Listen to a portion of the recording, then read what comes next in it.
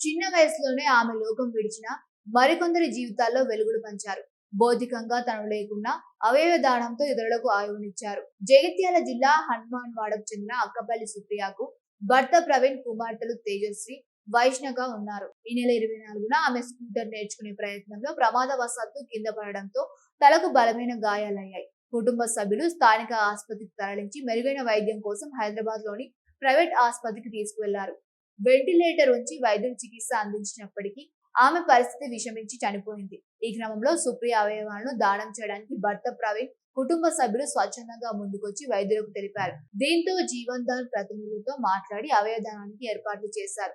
దీంతో సుప్రియ గుండె, ఊపిరితిత్తులు, కళ్ళు, మూత్రపిండాలు, కాలేయాన్ని జీవన్ దాన్ ప్రతినిధులు సేకరించారు. మంగళవారం రాత్రి ఆమె మృతి చెందారు. 6 ఏళ్లు, 3 ఏళ్ల వయసున్న పిల్లలు చిన్న వయసులోని తల్లి ప్రేమకు దూరం కాగా అవయవ దానంతో మరెందరికో ప్రాణదానం చేసిన సుప్రియ స్ఫూర్తిని అందరూ కొనియాడుతున్నారు.